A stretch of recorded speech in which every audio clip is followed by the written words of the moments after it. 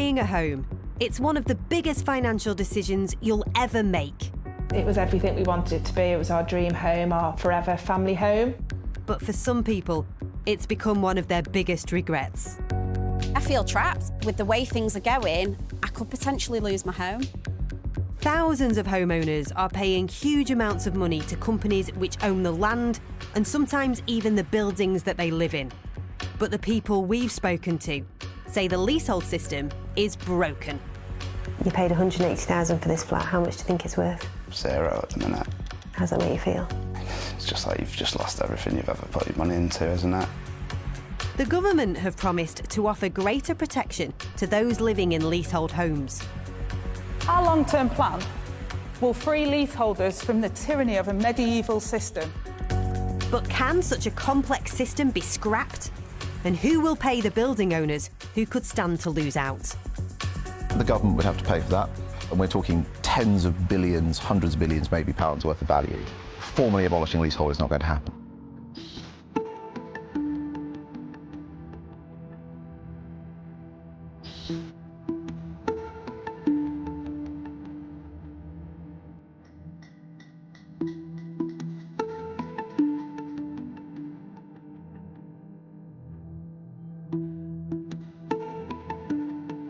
Kim bought her flat above a shopping precinct in Eden Square, Urmston, back in 2009.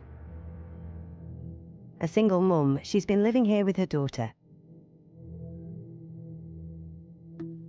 I've lived here for so long, 16 years ago now, next month, and it's great. Love living here, you know. I'm in the hustle and bustle of everything. It was, you know, my dream home. Kim's is one of almost 5 million leasehold homes in England, where residents have purchased their property, but not the land it's built on, or the communal areas of the building. She pays a service charge for the maintenance, collected via a firm called Residential Management Group, RMG, on behalf of another firm, Landmark Group, based in Bolton. I'm paying an extortionate amount, £400 a quarter, sometimes more, and I can just about budget for that because I have to budget with the only one salary coming in. I get there's cost of living and I get things go up, and I do understand all of that, but this is, you know, we're talking a lot of money here that people haven't got that amount of money. But I think where the frustration comes from more so is we don't know what we're paying for. On top of her regular payments, Kim sometimes receives unexpected additional charges, making it difficult for her to manage her finances.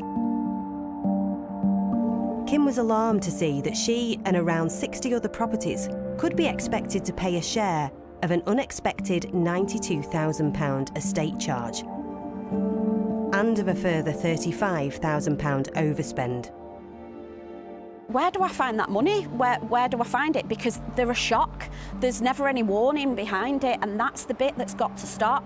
Does it worry you, all these bills keep Yeah, coming through the door? absolutely. It's a horrible feeling. This is our home, and that's what I'm really trying to drum into them at the minute, to stop treating us like a business, because we aren't one. Even with these extra charges, Kim says the building needs attention. With broken doors, lifts, and rotting floorboards. Campaigners say the system is unfair and it's time for reform. Leaseholder means you're a long-term tenant. You don't own the land on which it sits. All you own is time, and that can be 100 years, 125 years, or even 999 years. But nonetheless, in law, you will be dealt with as a tenant owning time, not as a homeowner who owns land and bricks and mortar. So you're immediately in a very disadvantageous place. Other people in Kim's block have tried to sell, but the deals keep collapsing. Estate agents have told them it's because the service charges are too high, putting off potential buyers. I feel trapped. I feel, you know, I've got value in this property here as well, you know, and it's a horrible feeling because I don't know what that's going to look like for me in the future. I don't want to move because I love where I live. If things could get better, I don't need to move. I'm quite happy with where I am. What are you going to do if the bills keep rising? I have no idea. It really worries me. I have no idea. I'm not going to be able to, I could lose my home.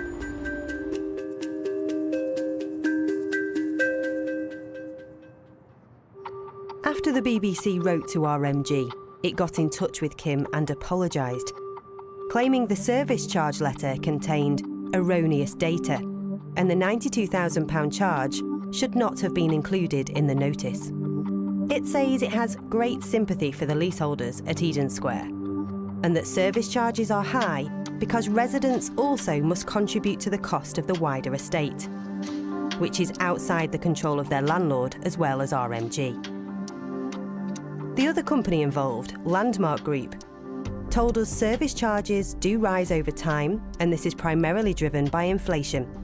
It says it has paid upfront for replacing carpets, redecorating all internal communal areas, and cleaning the external render. In England, 1 in 5 properties is now leasehold.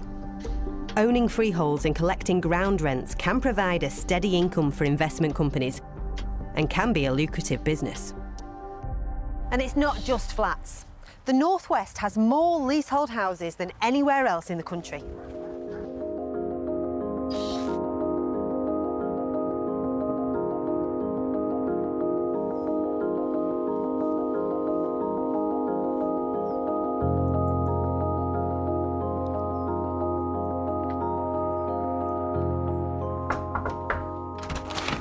Hi Katie, I'm Hayley from the BBC. Oh, hi, Hayley. Nice to meet you. Lovely to meet you. Come on in. Oh, thank you very much.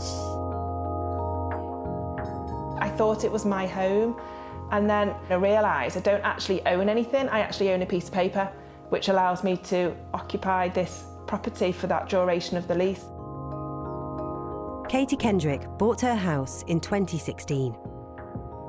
When you first bought this house, how did it feel? I was absolutely delighted. It was everything we wanted it to be. It was our dream home, our forever family home. There was a little bit of a niggle because the sales lady said it was leasehold, but she really downplayed it and said it really doesn't matter because you can buy the freehold in a couple of years for a couple of thousand. 18 months later, Katie was ready to buy the freehold, but she was told it had been sold on, and the price for her to buy it had gone up. So when I inquired to buy the freehold, the new freeholder wanted £14,000. What did you think when you first got that information? My heart just sank. I thought, what on earth have I done?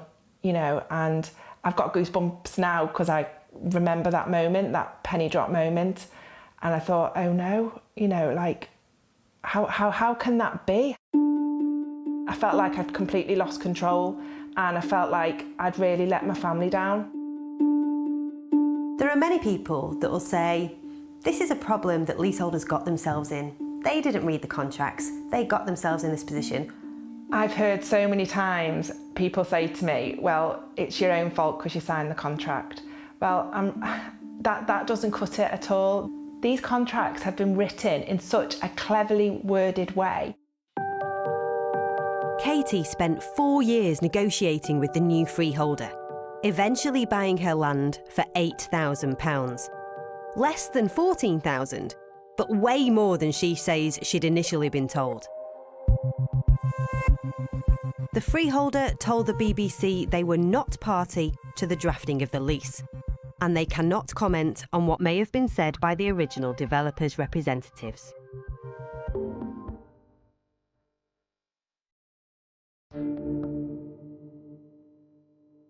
After Katie's experience, she decided to start a campaign. I was like, no, this needs to change. That's when I set up a really small little Facebook group just for my local area because I thought it was just my estate. And then it got bigger. It got, you know, everybody was joining from around the country. And it wasn't just houses, it was flats. And all of a sudden, you know, this small little local Facebook group had become a national campaign into changing a system, a leasehold system that had been around for thousands of years.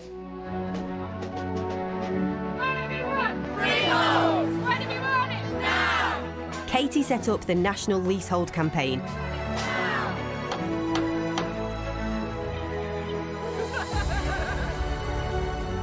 In 2019, the Conservatives promised to abolish future leaseholds and tackle rising ground rents, the fee charged to rent the ground the building sits on.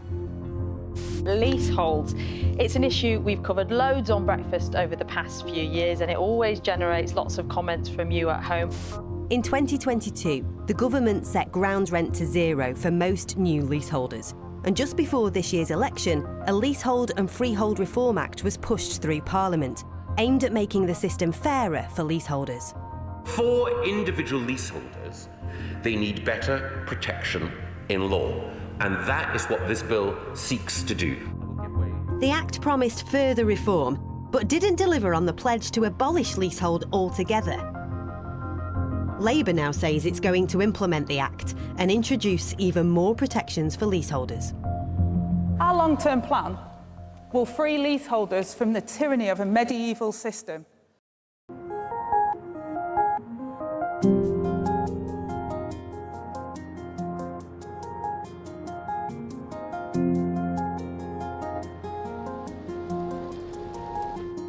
Hi, is it Chris? Yeah, it is. Hi, I'm Hayley. Nice to meet you. Thank you for letting me come and see your home. No problem. Is it this way? Thanks for coming. Yeah.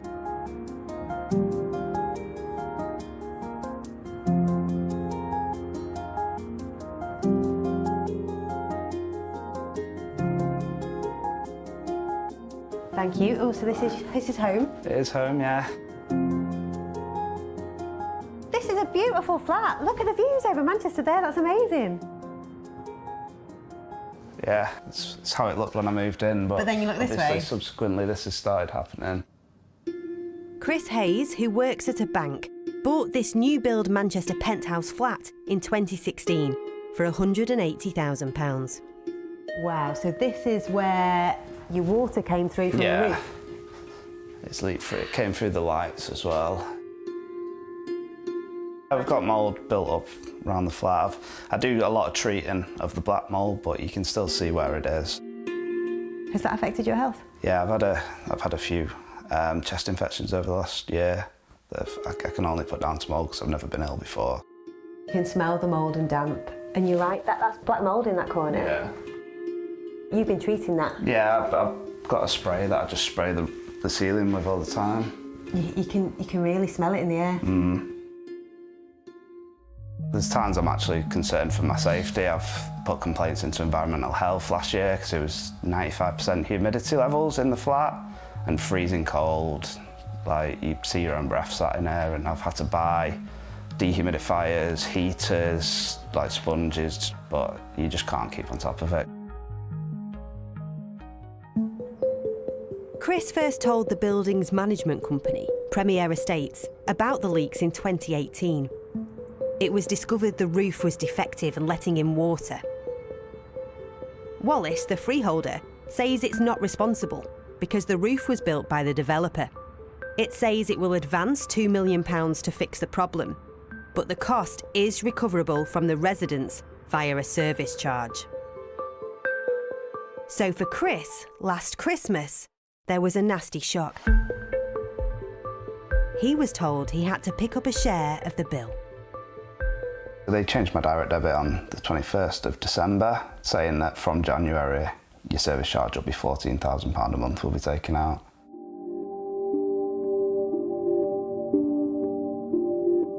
You heard that right. Chris was told he'd have to pay £14,000 a month.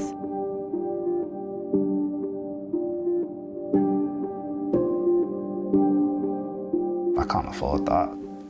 Well, I mean, I won't be able to, so I'll lose the flat.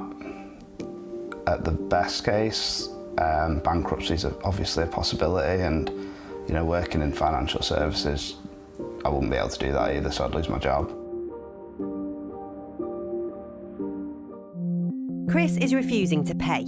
He says that while the terms of his contract state he's responsible for repairs, he shouldn't be responsible for structural defects. In my case, I would argue that the roof was built with the wrong materials in the first instance, so it's not really a repair, it's fixing a latent defect that should not really be sat with a leaseholder, and I don't think it should be on the service charge at all, really. Wallace say problems with the roof are due to defective construction practices by the previous owner. And it's trying to recover costs from the contractor who carried out the works. Premier Estates says it empathises, and has taken steps to limit the impact upon residents. After the Grenfell Tower fire in 2017, in which 72 people lost their lives, the government identified more than 4,000 residential buildings across England with similarly dangerous cladding. And it's believed the final figure could be much higher. Chris's building is one of them. And on top of everything else, he's one of those waiting for his building to be made safe. Going to bed every night, worrying that, it could burn down at any point. It's just you can't sell the flat, you can't move on with your life. We're just trapped here until, it gets repaired, and it just keeps getting pushed back. What do you want to happen now? It's ruined Manchester for me, and I just want to get away, really, and leave this flat. Wallace says it's not responsible for cladding defects and has been working to ensure the building is made safe for residents. But materials and suitable contractors are also in short supply.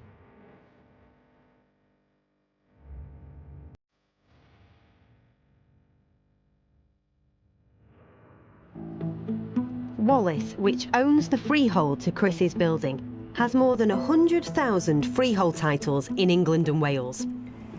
In February this year, the then government criticised Wallace for being slow to address the cladding issues and the fire-related safety concerns. At one point, branding the company as rogue building owners.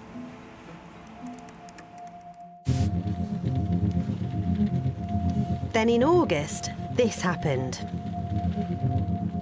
It's emerged that cladding on part of a building that caught fire in Slough was similar to that which contributed to the Grenfell Tower disaster. One of its buildings, Mosaic Apartments in Berkshire, caught fire. Almost 300 residents were forced to evacuate. Luckily, no one was hurt.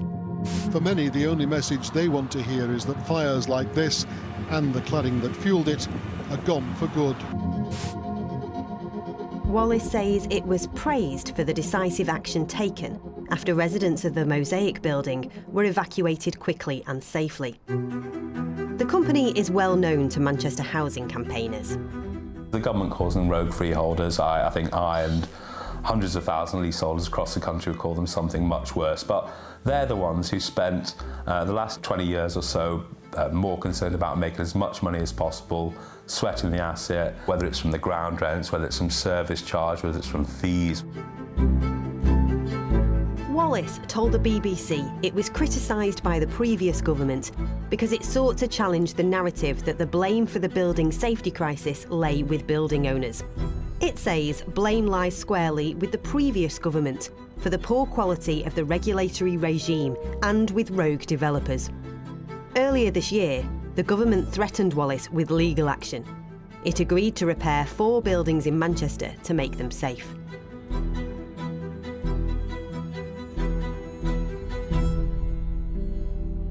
One of those is Skyline Chambers.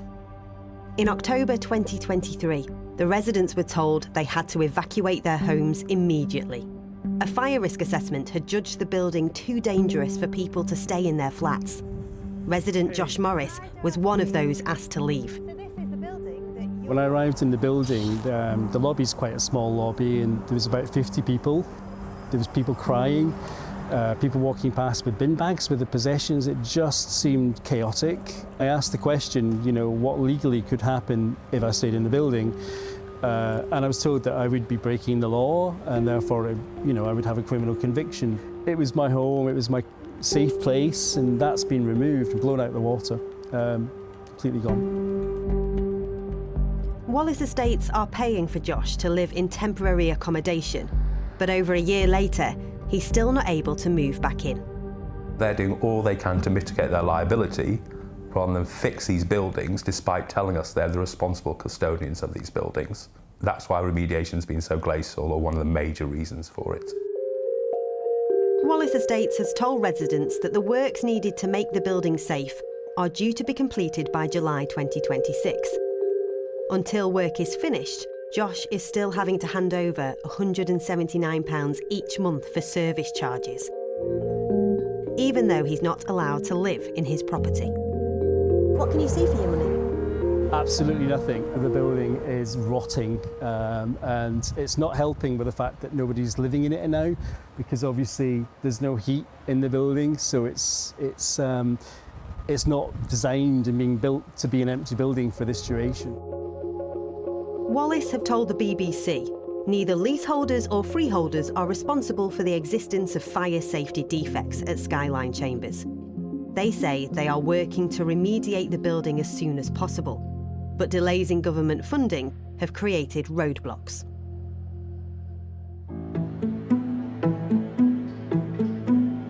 Some housing commentators say it's not fair to make owners and freeholders responsible for fixing defects that weren't entirely their fault.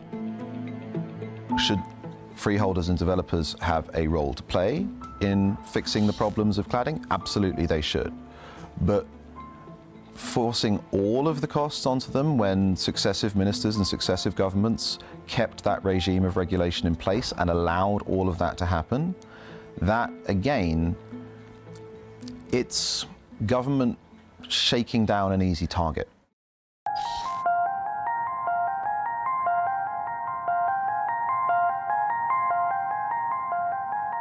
The fire safety row has brought into sharp focus how difficult it is to balance the rights and responsibilities of developers, building owners, freeholders and leaseholders.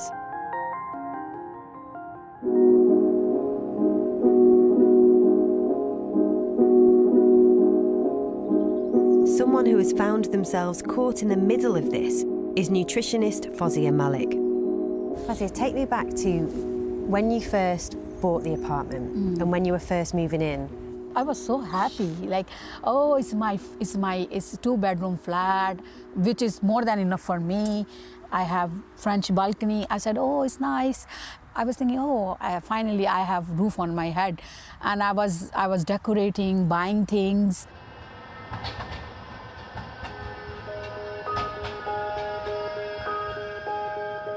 In 2019, Fozia bought a flat in the Victory Apartments in Oldham, a building owned by Landmark Group.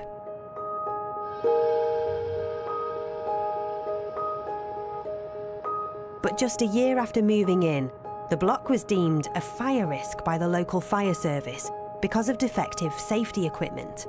And Fozia, along with the other residents, were given 48 hours to leave.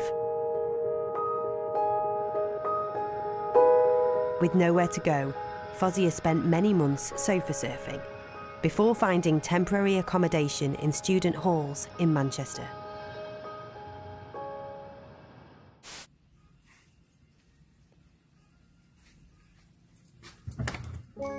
This is my room, and this is my bed. And of course, it's so difficult to accommodate in a small room. Living without her own bathroom, kitchen, or any storage space, Fozia is struggling to cope. There is no carpet, there is no light, which is very upsetting, of course.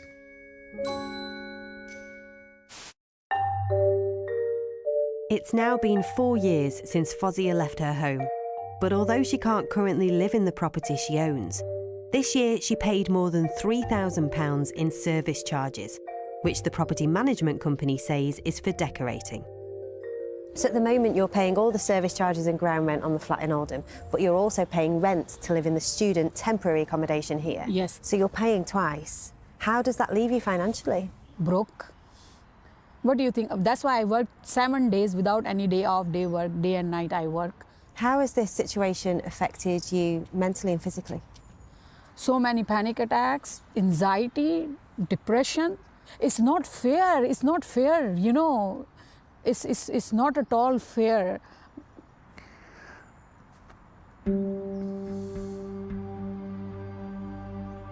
can see that even now, 3, 4, 5 years in, it's still so difficult for you.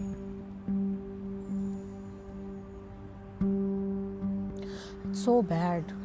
And I don't know, you know, I just want to know where to go and where to ask the help.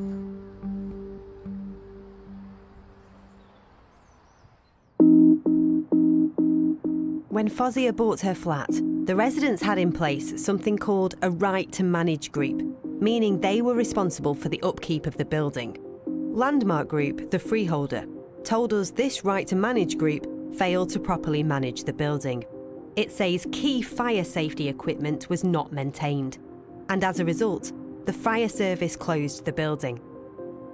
Landmark Group told us it had to step in and take over the running of the building in 2021, after the right to manage group collapsed. New building safety regulations were introduced in 2022, meaning additional works were identified and must be completed. So this is your apartment? Yes, this one, yeah. And you can see the doors padlocked? Yes. This is the flat that Fozia had to abandon 4 years ago. In that time, the building's owners still haven't completed all the work required to make it safe. Until they do, the fire service say it's not safe to let the residents move back in. How does it feel looking on it and not being able to make that your home? What I'm going to say, my heart bleeds every time. I am full of tears. It's just like you see your parents and you are not able to hug them. You are watching them as if I'm in a border and I can't go to my home. It's just like a border. Landmark Group say it is not the cause of any of the issues present in the building. It is the solution, and without it, the building would remain dormant, eventually becoming derelict. RMG say they have now arranged to meet all partners to sign off the works and agree a start date. Amongst campaigners, there are growing calls for the leasehold-freehold system to be abolished. But it's not a straightforward request. There's concern the compensation bill for ripping up the contracts which underpin a fifth of our housing stock could be billions. It would be almost impossible for any government to actually formally abolish leasehold. If you wanted to actually abolish it, you would need to compulsory purchase the underlying freeholds, and you'd have to pay a fair value to the freeholders for that, which would be ruinously expensive, and the taxpayer would be picking up the bill. Government will have to choose: abolish leasehold and pay a fair price to do that, or accept that this system is what we've got and focus on trying to make it work better. In a statement, the government said, "The experiences of these residents are shocking, which is why we will bring this feudal leasehold system to an end. We will provide existing homeowners with greater rights, powers and protections over their homes by implementing the Leasehold and Freehold Reform Act, including delivering transparency over service charges, alongside new draft legislation in the Leasehold and Commonhold Reform Bill." The removal of unsafe cladding has been unacceptably slow, and we have ramped up work with local authorities and regulators to speed up remediation.